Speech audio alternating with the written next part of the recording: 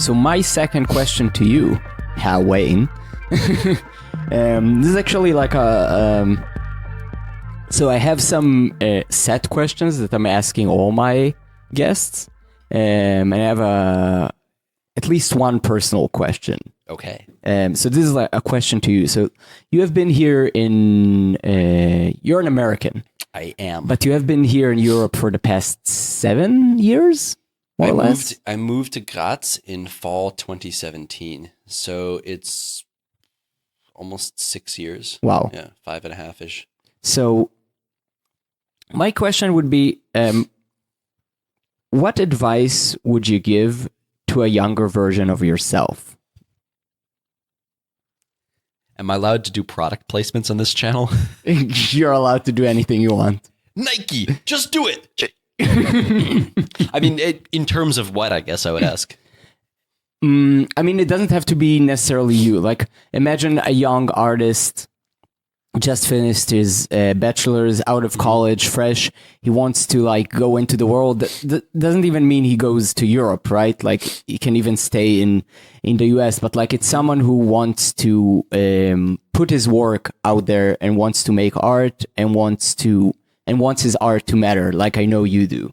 But has less experience that you have. So like from your experience, what advice, or like doesn't have to be one thing, like things I would guess you have learned throughout the years here that you wish you have known when you were younger? I feel like that's for me a hard question because I don't know if there was like things that I didn't know that would have like changed everything for me.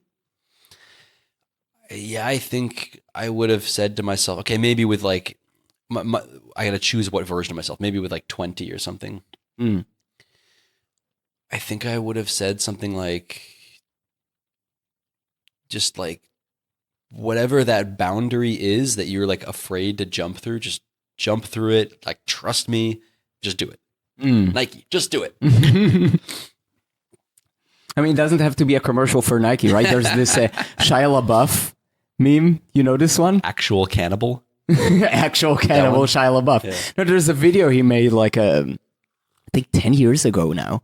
It's just a YouTube video where he just like looks at the camera and he just like yells, "Just do it! Do it!" Yeah, I think same type of vibe, but maybe to clarify, because like when I was in my bachelor's study, I how to go around this.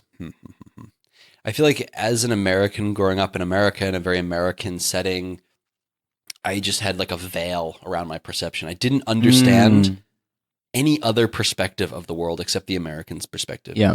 And I think maybe the American perspective is a bit unique because, you know, the Western Hemisphere, like North America, South America, I feel like, okay, maybe there's, you know, some colleagues from South America would have something to say, but at least growing up in North America, and I think Canadians might confirm this, is that there's not such like a, like, it's kind of like a bubble that you live in, and there's not so much things that poke through. Yeah. So many people go there, like to the States especially, but they all assimilate to American culture. Yeah, I mean, there's an US American aura culture around the States, right? Yeah. And like, but the aura is like from the outside, and when you're from the inside, you don't see it, I guess. Yeah.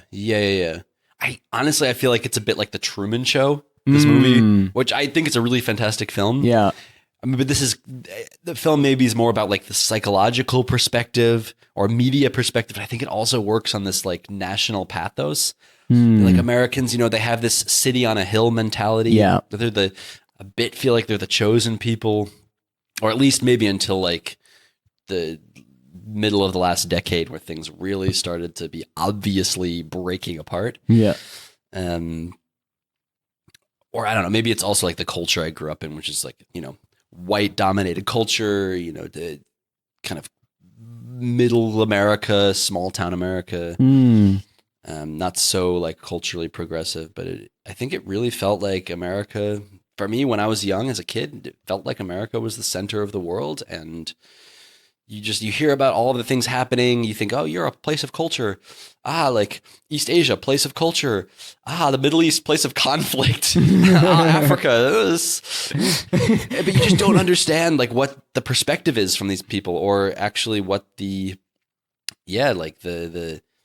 geopolitical fallout of your country's actions. It's not really taught in school.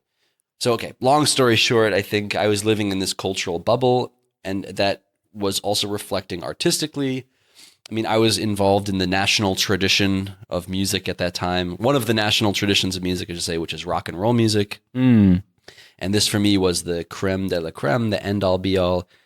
And I think it was the time I started in university studying composition, which of course, it's a European tradition, bippity boppity, but it's also an avant-garde tradition. And I was like, holy shit, my brain's a bit broken. And this started me on the downfall to where I am happily now. Yeah, but I think, okay, to answer the question, sorry, this is long. The things that were holding me back, I think, was nostalgia and fear, which came from being in this cultural bubble, and you just have no idea what's outside of it.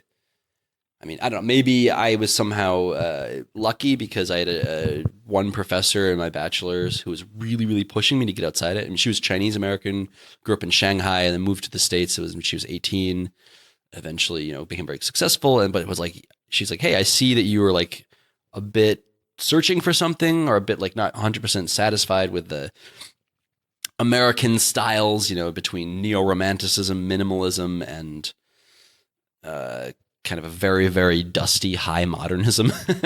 Dusty high modernism. Yeah, like they still think Xenakis is like the most advanced composer. Which I mean, I love Xenakis, but that was a long time ago.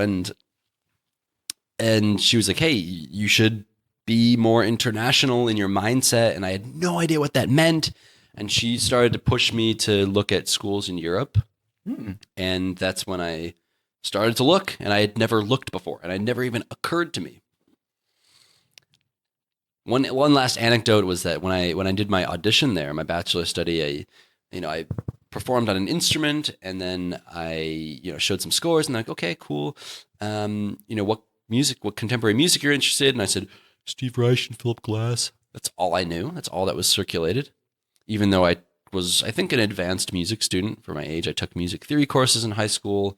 Did this AP exam, which are kind of like advanced courses for high school students, which are supposedly university level. And I did that in music theory and scored well. But I'd never only knew these composers who were living. And they asked me, I never forget this. They asked me, do you know any living European composers? And it was like, I was like, what? No one has ever asked me that before. European composers living? I was like, wait a minute. No. And they're like, huh. Yes. And then now I'm living in Europe since 6 years almost, and I couldn't imagine going back. So long answer to a short question. Cool. So I mean, it seems to me that the answer, like your suggestion to a younger version of yourself, is actually get out of America, just to get a different perspective. Yeah. In so many words, sure. I mean, me personally, I think looking back, I wasn't really happy there for so many reasons, and only coming to sunny Austria. So I'm so sorry. I love the Austrian German, beautiful accent.